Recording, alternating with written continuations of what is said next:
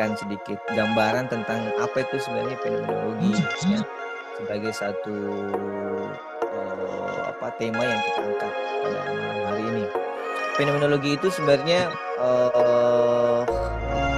paling tidak kalau kita mengerucutkan pada satu tokoh yang menginisiasi istilah ini sebagai sebuah pendekatan, sebagai sebuah aliran filsafat, itu diinisiasi oleh Edmund Husserl ya, paling tidak di kira-kira di 1859 sampai 1938 ya, pertengahan abad 19 menuju pertengahan abad ke-20, cukup panjang usia beliau juga. Nah, fenomenologi ini sangat dekat dengan beberapa aliran filsafat ya. Orang yang belajar fenomenologi pasti dengan sendirinya membaca eksistensialisme, yang belajar fenomenologi dengan sendirinya juga membaca hermeneutika. Maka tidak bisa dipungkiri bahwa tokoh-tokoh yang di fenomenolog, yang di eksistensialisme, hermeneutika, taruhlah misalkan seperti Martin Heidegger ya, Nietzsche dan lain-lain. Ya, ini sebagai satu aliran filsafat ya, yang mencoba untuk menyediakan metode untuk membaca realitas melalui pengalaman subjektif.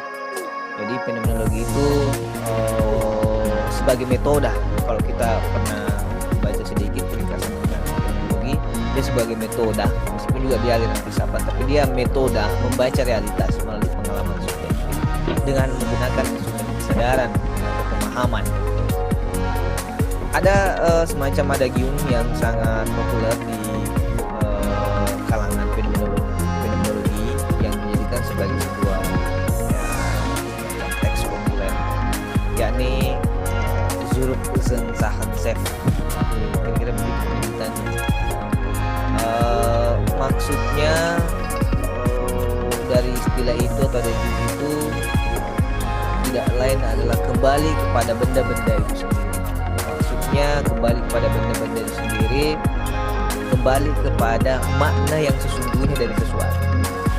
Maksudnya kembali kepada makna yang sesungguhnya terhadap sesuatu adalah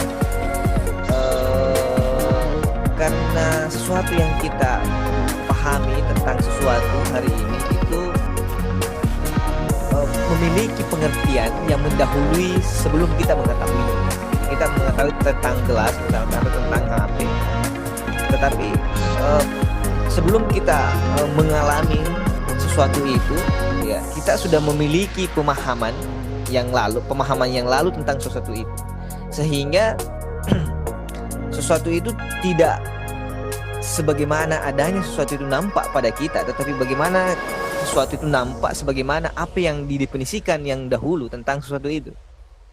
Maksudnya yang kita maksudkan dengan gelas bukan sebagaimana gelas yang kita bangun intensi atau bangun pemahaman dengan gelas atau mencoba untuk mengerti apa itu gelas sebagaimana adanya gelas, tetapi kita mendefinisikan gelas sebagaimana sistem nilai, sistem pengetahuan yang ada terlebih dahulu tentang gelas. Itulah yang kita gunakan. Nah, fenomenologi mencoba untuk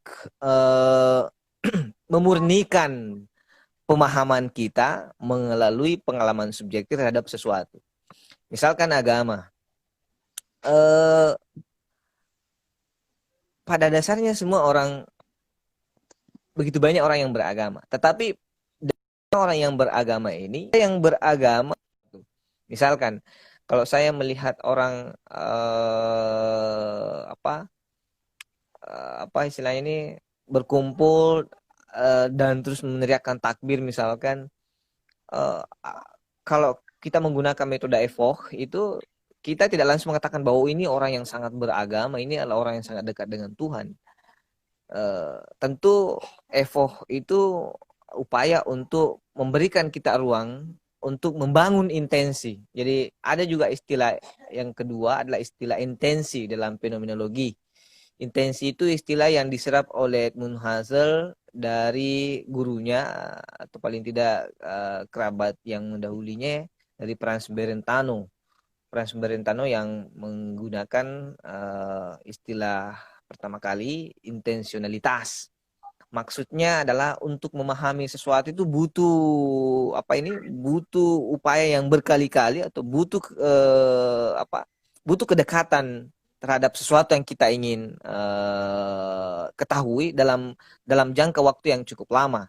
Makanya fenomenologi itu cukup panjang waktunya untuk mendefinisikan sesuatu. Maksudnya setiap realitas yang kita temui di sekitaran kita dalam kehidupan sehari-hari itu tidak langsung dijustifikasi bahwa oh ini alim, ini nakal gitu. Kalau kita melihat anak-anak yang sering bolos misalkan lambat, oh ini anaknya memang nakal.